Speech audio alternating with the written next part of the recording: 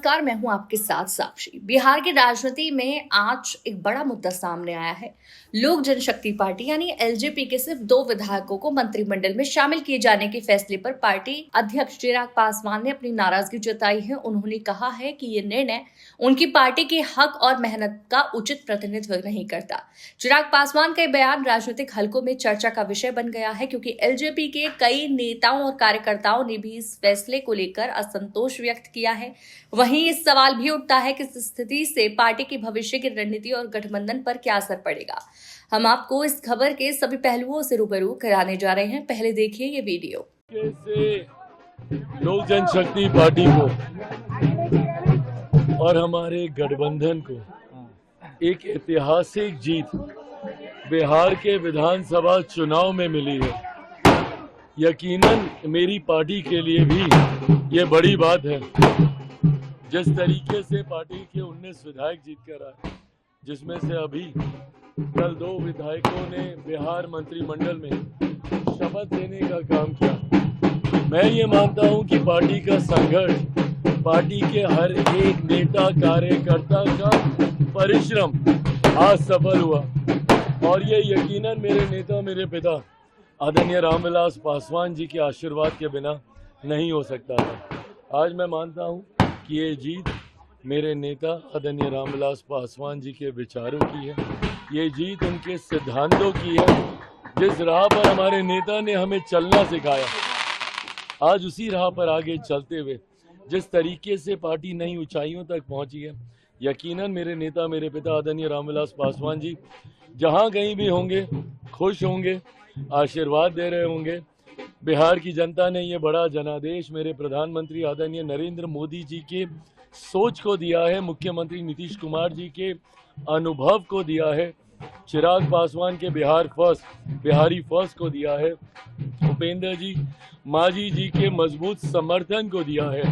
जितनी बड़ी, जितनी प्रचंड ये जीत है, उतनी ही बड़ी अब जिम्मेदारी भी हम लोगों के ऊपर है। अगले 5 साल में संकल्प पत्र में किए गए एक एक वादे को पूरा करने का कार्य हमारी एनडीए की सरकार करेगी। दो मंत्री बने हैं और अनुपातिक अगर उस हिसाब से देखा जाए तो आप 3 की बात कर रहे थे और मतलब 6 प्रभु, बात तो मैं किसी की भी नहीं कर रहा था और मैं बात करने वाला हूँ ही कहाँ। अब भी अगर मैं कोई बात करूंगा तो मुझसे बड़ा लालची आदमी कोई नहीं होगा। एक सांसद को 5 सीटें दी जाती हैं लड़ने के लिए। मैं जीता वो बात की बात है, पर यह विश्वास मेरे प्रधानमंत्री का कि ये 5 सीटें लड़ सकता है, ये बड़ी बात है। ये विश्वास गठबंधन का होना। 0 विधायक, 1 विधायक भी नहीं, क्योंकि जो जीते थे वो भी हमारी पार्टी छोड़ के चले गए थे। तो 0 विधायक वाली पार्टी को 29 सीटें दे दी जाती हैं गठबंधन में चुनाव लड़ने के लिए। ये विश्वास कितना बड़ा विश्वास है। हम 19 जीत के भी आते हैं, उन 29 में से 26 ऐसी सीटें हैं जो सिटिंग नहीं थी, हारी हुई सीटें थी। वो 26 हारी हुई सीटों पर भी पार्टी बेहतरीन प्रदर्शन करती है। जहां 19 में से 3 सिटिंग तो हम लोगों ने जीत के वापस दी, बल्कि हम लोगों ने 16 ऐसी सीटें भी गठबंधन को जीत कर दी जो इससे पहले गठबंधन लंबे समय से नहीं जीता था। और कुछ सीटें ओबरा जैसी तो ऐसी हैं जहां पे एनडीए कभी जीता ही नहीं था। तो ऐसे में जब पार्टी का प्रदर्शन और गठबंधन का विश्वास पार्टी के ऊपर इतना ज्यादा है, उसके बाद भी अगर अभी भी मैं कोई मनोकामना रखूं तो मुझसे बड़ा नाशुक्रा और कोई नहीं होगा। चिराग जी, ये बताइए कि आप प्रदेश में जीत के बाद देश की सत्ता में आप भी काबिज है, आपकी पार्टी ने भी प्रदर्शन बेहतर किया था, दिल्ली आकर कैसा लग रहा है? और अब आगे, क्योंकि आपकी पार्टी जो लड़ाई चल रही थी चुनाव आयोग में, आपकी रणनीति क्या होगी और अपने पार्टी के विस्तार के लिए बिहार में रणनीति क्या होगी? देखिए, मेरी पार्टी के लिए यकीनन प्राथमिकता बिहार है, पर आज की तारीख में पार्टी एक्सपेंशन मोड में भी है। जिस तरीके से विभिन्न अलग अलग राज्यों में पार्टी धीरे धीरे अपने फुटप्रिंट्स, अपने पांव पसारने का प्रयास कर रही है, परिणाम स्वरूप नागालैंड में हम लोग के 2 विधायक हैं, झारखंड में हम लोग 1 सीट पर चुनाव लड़े, 1 सीट हम लोगों ने जीतने का काम किया। ऐसे में आने वाले दिनों में पार्टी विस्तार करते हुए हम लोग उत्तर प्रदेश में चुनाव 2027 में आने वाले हैं, उसकी तैयारी पार्टी करने जा रही है। पंजाब में उसी साल चुनाव होंगे, उसकी तैयारी करने जा रही है। यकीनन पार्टी की एक भूमिका सहयोगी दल होने के नाते बंगाल के चुनाव में भी होगी, असम के चुनाव में भी होगी। तो धीरे धीरे पार्टी अपने विस्तार को भी स्वरूप दे रही है। But at the same time क्योंकि सेंटर और स्टेट में हमारी सरकार है और ये डबल इंजन की ये सरकार है, तो ऐसे में बिहार फर्स्ट बिहारी फर्स्ट जिस लक्ष्य के साथ हम लोग निकले हैं उसको भी अगले 5 साल में उसका भी एक अधिकांश हिस्सा बिहार में धरातल पर दिखने लगे। इस दिशा में भी मेरी पार्टी के तमाम मंत्री, तमाम विधायक आने वाले दिनों में बिहार में कार्य करने का प्रयास करेंगे।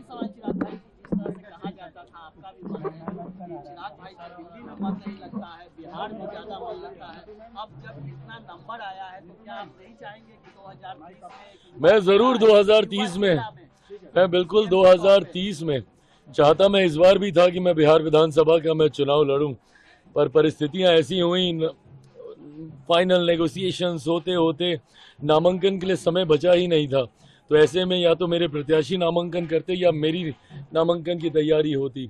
तो ऐसे में ये फैसला लिया गया कि इस बार मैं विधानसभा का चुनाव नहीं लड़ूंगा। केंद्र में मेरे प्रधानमंत्री जी ने मुझे केंद्रीय मंत्री के रूप में एक बड़ी जिम्मेदारी दे रखी है जिसकी भी जवाबदेही मुझ पर बनती है और मैं मानता हूं कि इस विभाग के माध्यम से बड़े लक्ष्यों को हम लोग बिहार में भी अचीव कर सकते हैं। तो फिलहाल कुछ वर्ष केंद्र में अपनी जिम्मेदारियों को निभाते हुए 2030 आते आते तक यकीनन बिहार की राजनीति में सक्रिय भूमिका में आप मुझे देखेंगे, ये मैं भी मानता हूं। देखा आपने कि चिराग पासवान ने ये स्पष्ट कर दिया है कि एलजेपी के सिर्फ 2 विधायकों को मंत्रिमंडल में शामिल करना उनकी पार्टी के लिए न्यायपूर्ण नहीं है। राजनीतिक विशेषज्ञों का कहना है कि ये बयान न केवल मंत्रिमंडल के गठन पर असर डाल सकता है बल्कि पार्टी के अंदरूनी समीकरण और आगामी चुनावी रणनीति पर भी प्रभाव डाल सकता है। अब ये देखना बाकी है कि इस बयान के बाद गठबंधन और राजनीतिक समीकरणों में क्या बदलाव आता है और एलजेपी अपने हक और प्रतिनिधित्व के लिए आगे क्या कदम उठाती है।